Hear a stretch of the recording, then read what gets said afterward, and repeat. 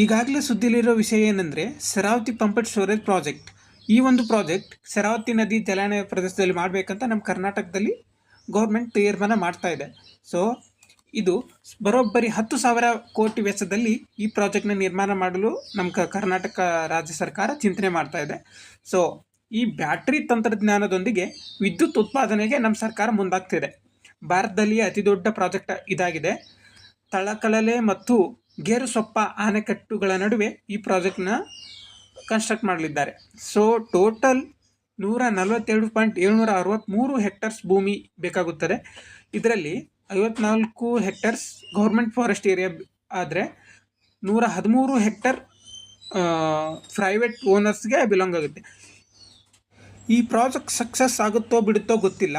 ಇದರಿಂದಾಗಿ 4 ಹಳ್ಳಿಗಳಲ್ಲಿ ವಾಸಿಸಿರುವ 130 ಫ್ಯಾಮಿಲಿಗಳಿಗೆ ಪರಿಣಾಮ ಅಂತೂ ಕಟ್ಟಿಟ್ಟ ಬುತ್ತಿಯಾಗಿದೆ.